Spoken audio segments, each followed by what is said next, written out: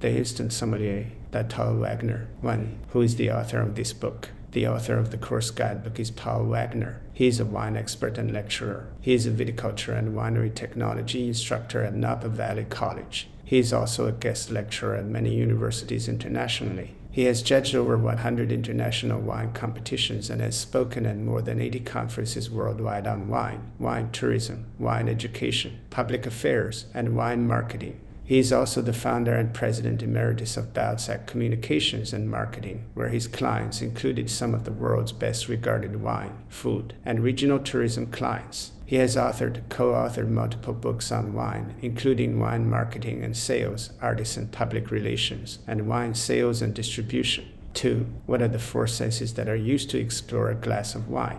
The four senses that are used to explore a glass of wine are sight, smell, touch, and taste. 3. What are the key elements in wine, and how can they be tasted? Wine is composed of various organic compounds, including acids, tannins, alcohol, sugar, and phenolic compounds, which contribute to its taste, aroma, and texture. These elements are influenced by factors such as the grape variety, soil, climate, and winemaking process. Additionally, sulfites are commonly used as a preservative in wine to prevent spoilage and oxidation.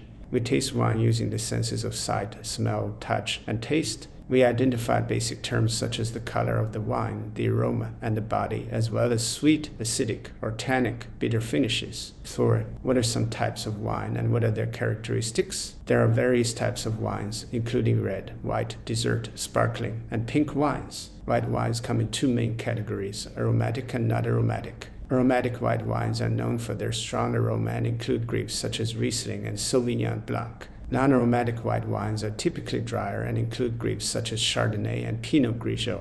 Red wines include various grapes such as Pinot Noir, Cabernet Sauvignon, Merlot, Zinfandel, Syrah, and Grenache. Dessert wines are sweet and include grape varieties such as Moscato and Port. Sparkling wines include Champagne, Prosecco, and Cava. Pink wines, also known as rosé, come in varying degrees of sweetness and are made from red grapes such as Pinot Noir or Grenache, but are left in contact with their skins for a shorter period to keep it from becoming too full-bodied. 5. What is the history of wine and how has it evolved over time? Wine has a rich history dating back to ancient civilizations such as the Greeks and Romans, who assigned ritual importance to it. Monks played a significant role in winemaking during the Middle Ages, as they could read and write and had access to old texts about grape growing and winemaking.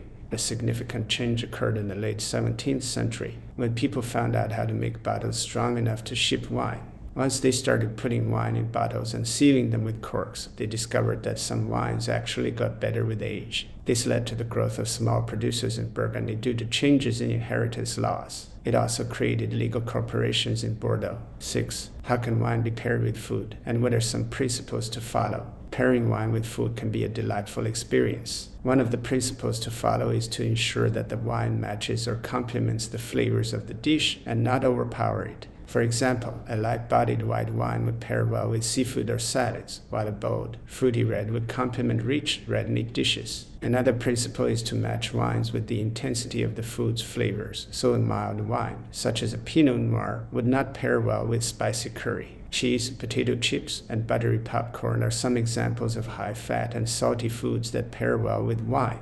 It is important to remember not to pair sweeter foods with drier wines, as this can result in an unbalanced taste. Ultimately, it's about experimentation and personal preference. Try different pairings and see what works best for you. 7. What are blind tastings and how can they be beneficial? Blind tastings involve people tasting wines without knowing what they are. This can be beneficial because it allows people to taste wines honestly without any preconceived notions or biases based on labels or reputations. In blind tastings, guests can bring a bottle of wine wrapped in tin foil, and the bottles can be labeled with numbers instead of names. This can be a fun and educational way to explore and compare different wines, and it can also help improve wine tasting skills by focusing solely on the taste and aroma of the wine rather than any external factors. Blind tastings are commonly used by winemakers to evaluate wines objectively, and anyone can host their own blind tastings with friends or colleagues to learn more about wine and have a good time.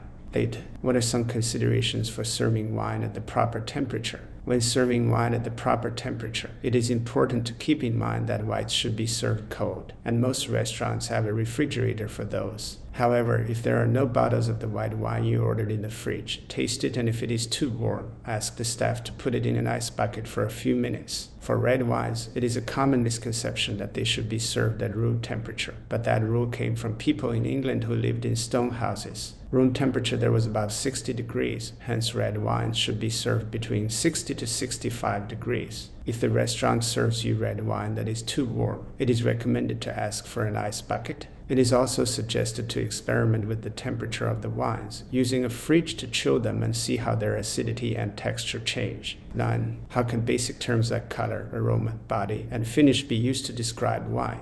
Basic terms like color, aroma, body, and finish can be used to describe wine by providing information about its appearance, smell, texture, and taste. For example, the color of a wine can indicate its age and freshness, while the aroma can reveal its fruity or vegetal notes. The body describes how a wine feels in your mouth, ranging from light to full-bodied, while the finish refers to the aftertaste, whether it is sweet, acidic, or tannic, bitter. These terms can help in identifying the characteristics and style of a wine, which can aid in choosing a wine that one would enjoy. 10. What are some general tips for enjoying wine and having fun with it? Finding wines that you enjoy is key to having fun with wine.